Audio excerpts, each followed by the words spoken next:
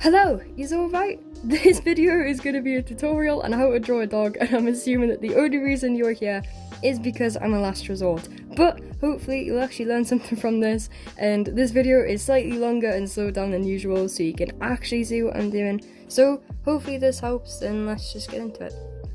So yeah, first of all, like with any drawing, whether it be cartoon or realistic, I always start with the eye, since it is the main focus of the drawing. I guess if you kind of mess this part up, the whole drawing's going to look weird. So what you want to do is, first of all, I normally start off by outlining the eye, just so I get an idea of the space that I'm using. Then I'll go in with all the other colours until I get to the highlight of the eye, sort of like the shine or the light, and I sort of leave that until last. If I was on tan paper though, I would do the exact opposite and I would go with the highlight of the eye first. This is because it just makes it clear where the actual highlight is, and I don't want to accidentally go over that with black. Yeah, it's weird.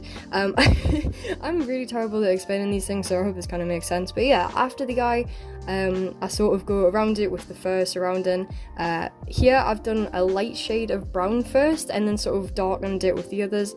When you're doing this, you want to make sure you're going in sort of like line motions with the way that the fur is going. I see a lot of people just scribbling and making like a block of colour. You want to make sure that you're constantly following the flow of the fur. If you're drawing on white paper as well, white fur is really hard to do, and I've kind of had to figure this out for myself. When you're drawing white fur, you don't have to just leave it white. I was doing like the lightest shade of grey that I could find, which was Cold Grey 1, and if this helps anyone, I hope it does. I use Faber-Castell, and I was basically using like the lightest shade of grey throughout this entire thing, and then just darkening things as I went along. But yeah, my biggest advice, I guess, if you're drawing a white dog in particular, use your greys, don't just stick with white. You want to make sure that you don't really have any blank space, because you always want to make sure that it looks like fur, regardless of your reference. You want to make sure that it looks like there's some sort of fur there. I guess if you were drawing a background, it wouldn't matter as much, but just keep that in mind. Then I sort of just make my way around the face. I started going all over the place with this drawing, which I kept having to remind myself. I kind of just need to stick in one place, but when I draw, I see loads of things that need finishing, and because of my detailed sketch, it's very easy to just sort of go around colouring on the page and just doing whatever. But I guess that's what makes it fun, and I guess one of the things that's quite important as well is having a really detailed sketch. There's a number of methods that you can do that'll sort of get you the best sketch. I know a lot of people use grid method, or you can even trace the outline if you want. For me, I do a really weird method where I sort of freehand and use a ruler. I should probably, if you guys wanted, I can make a video on sketching and just how to get like sort of the best sketch. But I guess my method takes way too long. I know an artist myself who can spend upwards of 30-50 hours on a sketch, so don't worry if your sketch is taking you so long. The reason I like having really detailed sketches is because it just makes it fun. It just reminds us of colouring in as a kid. It just kind of makes the whole drawing process a lot nicer. But yeah, so you can see that I move around the page a lot, and I think this video is going to be a bit all over the place. I'm not good at explaining myself. It's kind of hard, and this is all in one take. Hopefully, I'm hoping not to have to cut too many things out of this video. But yeah, as you can see, I moved on to the other eye, and now I'm starting the nose. Usually what I do for this is I outline the nostril first, and then I start to kind of work around the outline of the nose. Don't worry too much about getting all these tiny little details and highlights in it. Just do one bold colour throughout. It's mainly just gradient work, so going from lights to darks. I guess with noses, make sure to leave like the little highlights on the nose. Depending on your reference, it might not have one, but I always like to put a little highlight in there. But if it is looking too black, don't worry about it. I see a lot of people quitting drawings before they're even finished. You're drawing like this looks now. It looks horrific. Like, it looks nothing like a dog yet. But it all comes together in the end, and I promise that as long as you keep going, it'll look good. And never leave a drawing unfinished, because there's so many drawings that I've looked at and went, I'm not finishing this. And because I have to get a video out, I always have to finish the drawing, and in the end, everything always looks amazing when it's done. Not to be narcissistic, but you know what I mean. With this part in particular, around the nose, you've got to really just follow the fur. I noticed that I was doing quite dark lines. What you want to do is sketch lightly first and then sort of go over with the darker bits once you're confident that everything's in the right place. But this part was kind of fun. I used a mixture of Prismacolors and Faber-Castell for this because I kind of wanted the fur to look quite smooth to go along with the rest of the white fur. But yeah, basically I sort of did a light shading first, kind of went over it with some Prismacolors to make it smooth, and then went back over with Faber-Castell and sort of did some like smaller details in this. Really, you always want your pencil sharp as well to get like the best lines out of this. It kind of just makes the whole thing a lot easier, so you're not having like a fat pencil trying like pencil these tiny lines in. But a lot of this was like fine detail work, and the paper was really small. But yeah, as you can see, I moved on to some of the grey fur. This is the paw. So you can see not a lot is matching up at the minute. It's all kind of all over the place, the drawing. But for these tiny little details, I didn't really sketch them in because I could not be bothered because there was so many of them. You kind of just have to do the whites, sort of outline them with your greys, do it lightly, and then when you're confident enough, add some darker shades and just sort of mess around with it until it looks right. But yeah, as I moved on to the ear, I realised that a lot of things were out of place, and you might have to go back to your sketches halfway through and just amend things. I don't recommend just trying to like rush through it like I did.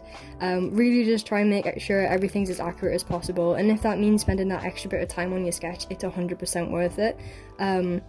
I know I get a bit lazy with sketches sometimes, but I'm hoping to set up a Patreon where I do more of these sort of tutorials and sketches and things like that, which are ready to sort of print out and draw. And I don't know what you guys think of that idea, but I thought it would be quite helpful just if people wanted to just practice drawing. And yeah, I'm kind of working on it, but I don't know. So this dog drawing, as I moved on to the bottom of the fur, this was kind of the fun bit. I'd sort of outlined a key few parts of it. So with fluffy dogs, you kind of just see a lot of shapes, and that's how you have to see every single dog drawing. If you break it up, it's not just fluffy fur, it's like little rectangles or triangles, little weird shapes that you kind of just pick out. Pick out the main ones, and then you can sort of just in your head sort of like work out where everything's supposed to go. As you can see here, it looks like I've just been released from hospital. I went to a colour run today, got absolutely covered with paint. It's basically this inflatable run. It's very cool. But yeah, don't be alarmed about that on my wrist. I actually forgot to take it off. You'll probably see me cut it off in just a bit. But yeah, anyway, the top of the fur, this was kind of the fun part. I could just mess around and just do whatever I wanted, but again, just pick out the key shapes of the drawing, and then just start filling it in. It is just like colouring in once you get used to it. But as you can see, I've just done that there, where I've got the key sort of lines picked out, and then everything in between is just coloured, and I kind of just mess around with it until it looks nice. A technique you can do is if you do like really dark lines and they're just too dark, go over it with a white pencil. I'd recommend Prismacolors because they kind of like, they're wax, so it means like if you do go too dark, it's not the end of the world. You can just like sort of not erase it, but it makes it lighter and it's easier to go back over. The main pencils that I used for this were Faber-Castells, and they worked like a dream as always. But yeah, so as we come to the bottom of the paw, this is the bit of the drawing that kind of brought everything together. It's sort of just a lot of little shapes once again, and you can kind of see me just like outlining all these little tiny little things and just going over it. I hope I'm making sense. Kind of as well, you can see like on the left hand side of the dog, it's pretty much all left blank. I did this because it's quite highlighted, but I still went over with like a really light grey pencil to try and make everything still kind of stand out from the background, since you know the background is just pure white, so it does make the dog actually seem like it's not fading into the page. But yeah, I guess with this dog as well, a lot of the areas I weren't happy with, like the part at the top, I went and showed my mum the drawing like 10 times to ask her what was wrong with it. The woman that I did it for really enjoyed it, so I'm kind of happy, and that's all that matters. But I went back over and did some darker lines because I wasn't too happy with how it was fading into the face, which is something you've got to be aware of if you're drawing a body. You kind of want the head of the drawing to stand out and the back of it to sort of just fade into the background, so you can still kind of see it. But yeah, and then with the tail, I wanted it to be kind of faded like it is in the drawing, in the reference.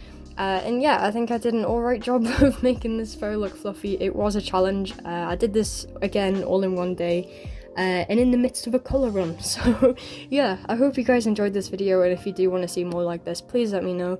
I try to think of this voiceover as kind of like a stream where I just talk and streamline my thoughts, but yeah, I'll be streaming hopefully tomorrow night for a couple hours, and then yeah, we'll just see. But thank you for watching this video.